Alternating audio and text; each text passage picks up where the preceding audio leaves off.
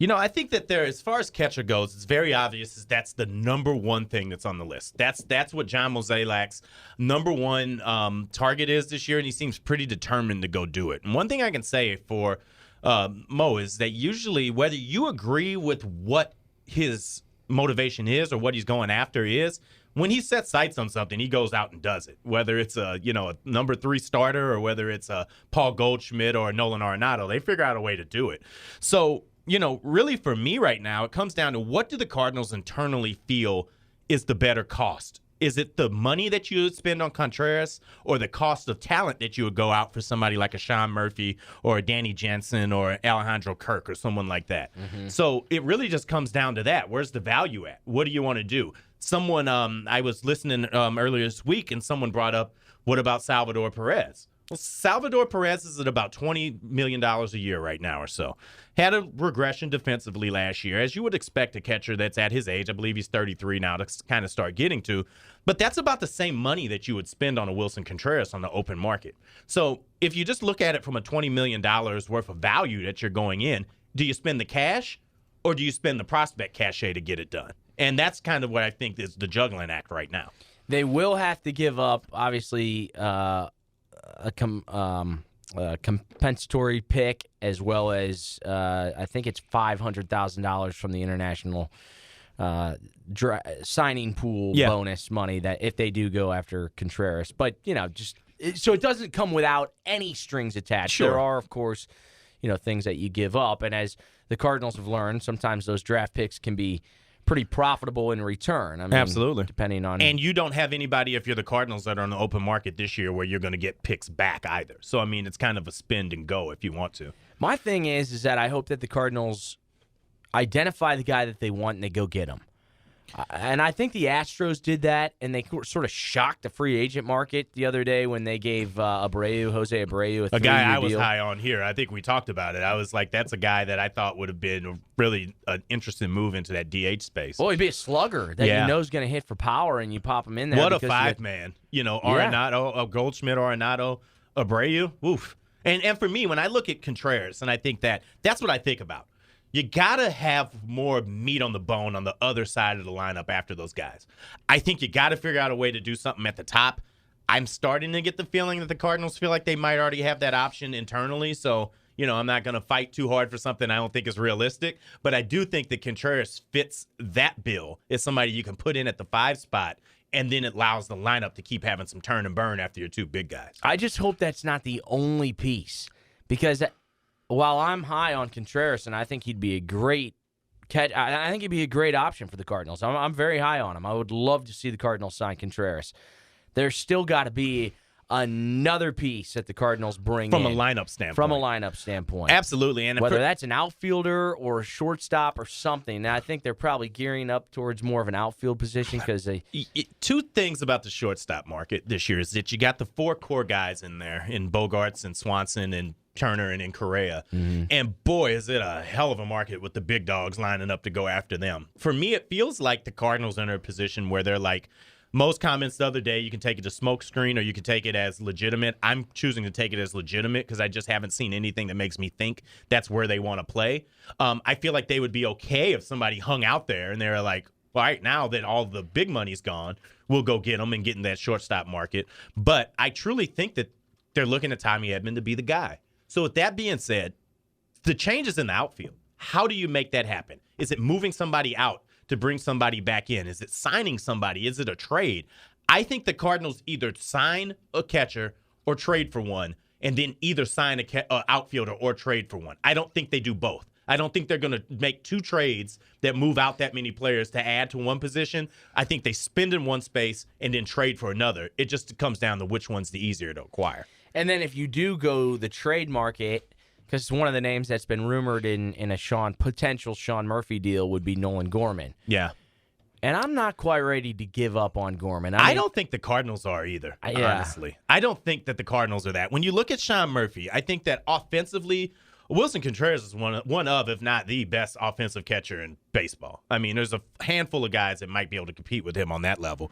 Murphy, however... Like Yachty? Yeah, no kidding. I tell you what, The Cardinals will get more offense from the catcher position this year. There's my hottest possible take of the winter. Take. But Murphy scored out at being 22% above average offensively behind the plate. That's all right. That's cool. But he's definitely been a guy who's been a Gold Glove winner. He's been a Gold Glove finalist the last 2 years. I still think he's somebody who's somewhat ascending. So it really depends on what's going to happen. Wilson Contreras also went and had a conversation with the Astros yesterday, too. Saw that. I believe. And the Astros seem to be pretty all in on staying, where they're at and redistributing that money, especially considering it ain't looking too good like Justin Verlander's going to stay in place. So they've got some tinkering they're going to be doing. And, why not add to your lineup and add a Contreras and an Abreu? That's a hell of an offseason. You're already the standard bearer in the league right now. Like it or not, everybody. They are. That's who they are. But some people are mad because they thought, I shouldn't say mad. Some people eyebrows were raised when they saw that deal because they said, wow, they gave him that much money this early without letting the market formalize itself.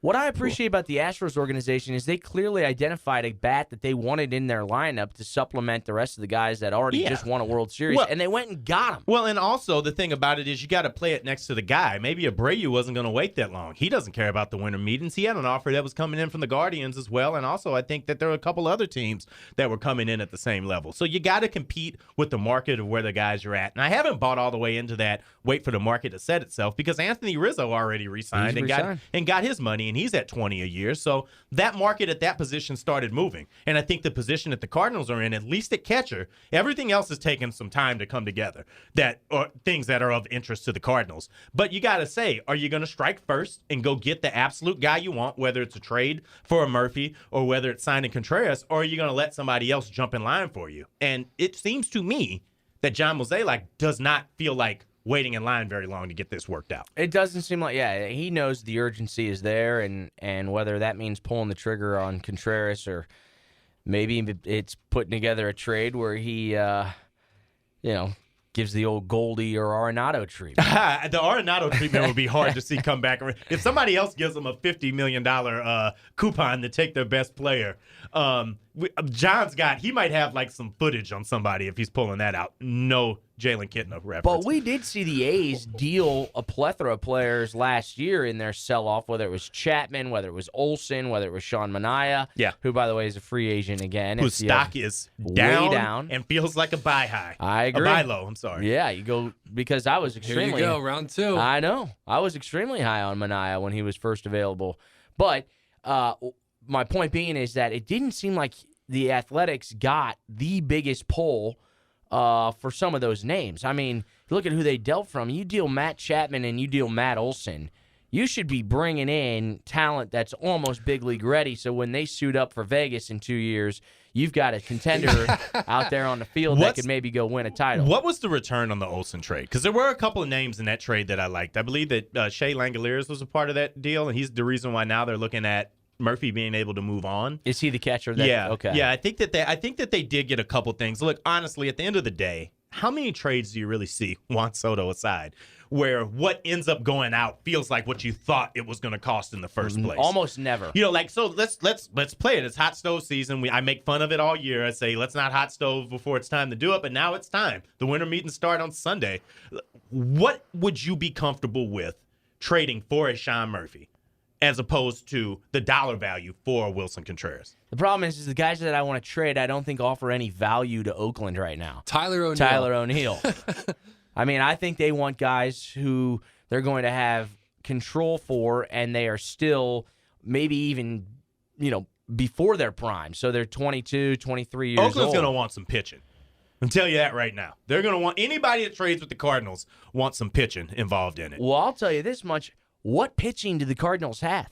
I mean, I know they got this Graceffo character. You got the kid that just, name skips in my mind, just had the biggest MVP of the AFL. Tink Hence? Yeah. I mean, I got the feeling that they're going to, not Tink Hence. No, it was another guy. Thomas is his last name. I'm doing terrible Connor radio Thomas. Right now. I'm sorry. Connor Yeah, Thomas. Connor Thomas. Just but Tink blew it Hence out is another name that you put into that mix. I think that the person, obviously Jordan Walker's not on the table. It's not happening for anybody that's out there. But I think a lot of people are going to call about Mason Wynn. Go. I think a lot of people And are you going want to do him it. gone. You know, I'm very pro Mason Not Wynn. that I want him gone. It's that he's I know. where the Cardinals are at with a 32-year-old third baseman and a 35-year-old first baseman. They need guys right now to win a title over the next 2 years. Mason Wynn's not going to be that guy. Which is why I'm surprised that you're a little bit hesitant to let go of Nolan Gorman if you were to acquire Sean Murphy. That's why I'm not. Oh, why I am hesitant to give up? Yeah, because you know I thought why? you'd be like, you know what? We need a catcher. No, because I think you could probably flip Edman for something. Like, I'm high on trading Edman. I'm very high on trading Edman because I think you could flip Edman for an arm. And I think you could, like, Edman and O'Neill, and you could bring in a starter or something like that. I'll be honest. I think that if you're going to pay for anything this offseason, it should be pitching. There's so many pitchers out there this year. And maybe it's not Jacob deGrom. That ain't happening. Let's just let that ship go. That's too bad. But it is. But you know it ain't happening here. So what I do think there are a lot of guys out there, and you're starting to see the pitching market come together. You know, you see what Zach Eflin got. He got 3 years and 40 from the Rays of all places. And then you start to see what it's going to pair up from there. Another person that's popped up where the interest has intensified over the last day or so has been Jose Quintana. You know, the Cardinals apparently got a sniff and liked what they got back, and now are starting to look at what it means to potentially look at a reunion there. You know you're going to have competition. You know the price might be up a little bit from where it was at, but I hope it's a 2-year deal and not much more. Well, it shows you, however, that the Cardinals realize that they've got to invest in the rotation, because if you fast forward the next offseason, you got a lot of uncertainty that's right on the horizon. You got Flaherty, you got Michaelis that's coming up, Wainwright will be gone, you'll be holding the Matt's contract still, and then you could potentially have someone else that you bring in this year that might be able to be a bridge. So I think it's really important that you do look at least not just saying we're good in the rotation and have some certainty about what that's going to look like. Well, here's the thing. The Cardinals maybe were just playing it ahead when they signed Steven Matz because the Rays just gave a relief pitcher, I think, somewhere in the range of almost a record deal for a relief pitcher. So they were just playing it ahead with Steven Matz, knowing that he's going to be a long relief pitcher making $11 million a year for the next 3 years. You know what? If it's a guy who's an elite relief pitcher, because, you know, that's one of the things I've said. There's a few relievers out there this year that I say wouldn't look bad for the way this team's made up either, you know, if you're going to spend some money there. But if it's going to be Steven Matz, it is what it is.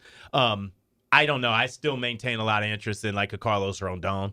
You know, I think that's a great fit for this team here and what they need. Mm-hmm. You know, I don't think that there's going to be a lot of play around. You know, another guy that's out there who's picking up steam, who I think his value might take off, is Jameson Taillon, who looked incredible at the end of the year last year. You know, and a guy who's willing to do anything for the Yankees, whether that was start, relief, pitch on short rest. Yeah, I mean, so there's a lot. Don't make him your number one starter like my team did. The Pirates. Yeah, don't do that. But I mean, but the thing that I will say, there's a lot of different ways that they can go after it. I just think you got to decide, first of all, with the number one thing on your list, being a catcher, how are you going to go about it? You're going to pay for it, or you're going to trade for it? If you're going to trade for it, what's that going to look like? Kyle in Belleville says, hey, boys, I think it has to be a catcher and a good defensive one at that. Pitching staff has to trust that if they bounce a slider or a curve, it will be blocked. I think Sean Murphy would be the fit if possible. Sean Murphy, where's Sean Murphy's?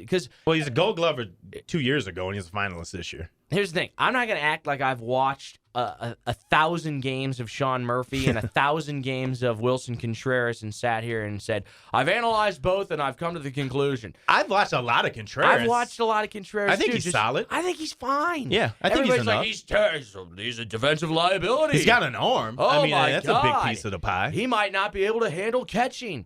Okay, well, you know what? Can Andrew Kisner handle catching? I mean, no offense. The guy can't frame, and he can't hit either.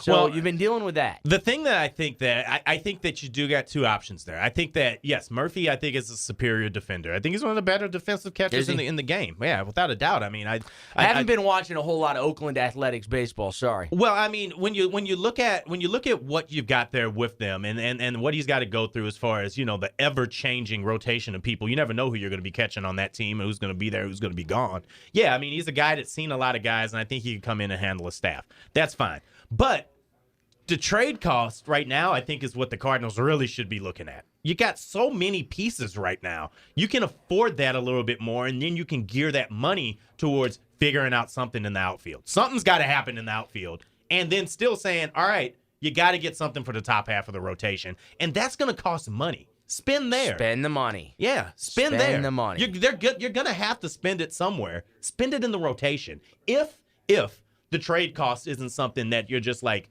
nah, this doesn't work for me. I wouldn't be mad about seeing a Matthew Liberatore move in a deal like that. Well, what are you going to get? A lawnmower in return? I mean, what the hell is he going to bring in? Put it in. If you're going to trade 4 guys, put them in there. Another team may have the same value for it. It all depends on what they're high on. I'll tell you what, if you can get Matthew Liberatore for anything, sign me up. I mean, that guy's been the most underwhelming performer. And here, maybe take note of this. Like, the A's are pretty good at player development because their payroll's about $10. If they're ready to give up on a former first-round pick, there might be a reason to it. So, I mean, you got this past year with the Cardinals, you saw a lot of guys take off. You know, a lot of guys come into their own. Alex Burleson came into his own. Moises Gomez came into his own. So much he's on the 40 now. You know, I mean, there's a lot of guys out there that they could choose to put into a package. And I think they're better equipped right now to swing a trade for something that they need than maybe before. The only danger is by the trade market, the Cardinals have been burned by trying to address needs offensively from their pitching depth before. And I'm talking about the Zach Gallons, and I'm talking about Sandy Alcantara. Because if you had both Gallen and Alcantara in your rotation right now, I mean, I think the Cardinals win more than 92 games last year. Yeah, but you know what? If we go back before that, though, and if you go back years before that, what was the biggest criticism of the team? You know, you hoard all these guys. And then when I look around the free agent pile this year, too, I see Shelby Miller just signed a deal with the Dodgers. Saw that. Michael Wacha's out there. Those guys are 31, 32 years old. Wacha didn't have a bad year last season with the Red Sox. He surely didn't. But here's the thing that I say about that is that we've gone the route before where we've kept guys, and for one reason or another, it didn't work out. Alex Reyes is out there. If we went back in time right now, we're sitting in the same thing, and it's 2013, and we say that Michael Wacha, Shelby Miller, and Alex Reyes are all going to be free agents. You're going to be like, what are we doing wrong? Yeah. What happened? So, you know what? Alcantara becoming what he did, you knew at that time you had to do something. And out of the many guys that you had the option to move at that time, he felt like the safer one. Yeah. He did. So it's damned if you do, damned if you don't. But the Cardinals need to be in win now. And if that's the case, you got to spend the money in the right place, and you got to make the trades in the same one. But it's got to be something. The Cardinals did make a minor move. This is very under the radar, but they signed a closer who played in the Frontier League, Logan Sawyer. He's a Tennessee native. He sounds like a frontiersman. He had 25 saves and finished the year with a 2-1 record. He allowed just one unearned run on 11 innings in more than 29 innings of work. So I like that. Yeah, a guy who was very effective in the Frontier League. Well, the one thing you got to remember is going to happen at some point this offseason is that they're gonna sign somebody that's from some faraway league that you're going to be like, what is going on? You got to get your Drew Verhagen signing in. Yeah. Who's it going to be this year? It's going to be another Drew. It's going to be Drew Rokinski, who pitched in the KBO last year. So terrific. He'll be on the team. Pencil him in, and then you'll figure it out from there. I've actually met him before. It's funny you mentioned him. Look at that. I think he went to Ohio State. He's Really? he's already in. See? Yeah, how about that? Cole, guy. make the call. Make it happen. Come on, get him on our air. See if he wants to Petition for have himself him a little on. bit. I'll try. Hey, before we get to a break, I know you got to run. Yeah, man. But the contemporary ballot for the Baseball Hall of Fame, there are some intriguing names on here. Just run through them real quick and get your thoughts. Albert Bell, Rafael Palmeiro, Barry Bonds, Roger Clemens, Don Mattingly, Dale Murphy. The two big ones that probably have the best chance, Kurt Schilling, Fred McGriff. Yeah, and you look at the thing I like about what they've done with the revamp of the former Veterans Committee is that it's really putting people against people it makes sense to compare against. Basically, a lot of those careers overlap to an extent.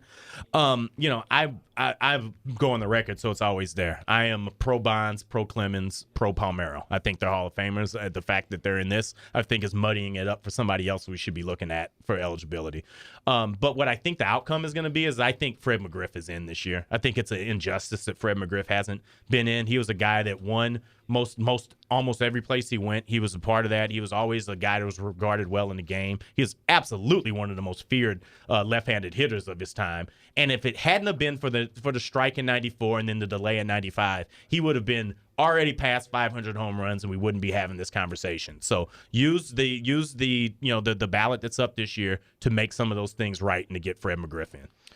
Well, I will just say that if Curt Schilling doesn't get in, I mean, A, we know why. I mean, B, this guy he's a hands-down Hall of Famer. I mean, Curt Schilling, this is why I can't figure out baseball. No, man. he's one of the great moment pitchers of all time. I mean, I mean, it's a guy that always he's got my support too. Now, if you're asking who I'm putting in versus what I think is going to happen, those are different things. If I'm putting people in on this thing, I've probably cast a vote over the years over on the Internet Baseball Writers Association for all these guys, except for Dale Murphy, because I think I was in elementary school when he quit playing. So yes on Bell and Palmeiro? Not Palmeiro. I'm sorry, not Bell for me. Yes for Palmeiro for sure. Not Bell for me. The only reason why is that Albert Bell was a peak guy. I think that his talent is Hall of Fame level talent, but I just don't think the career lasted long enough. I would go yes on Bonds and Clemens.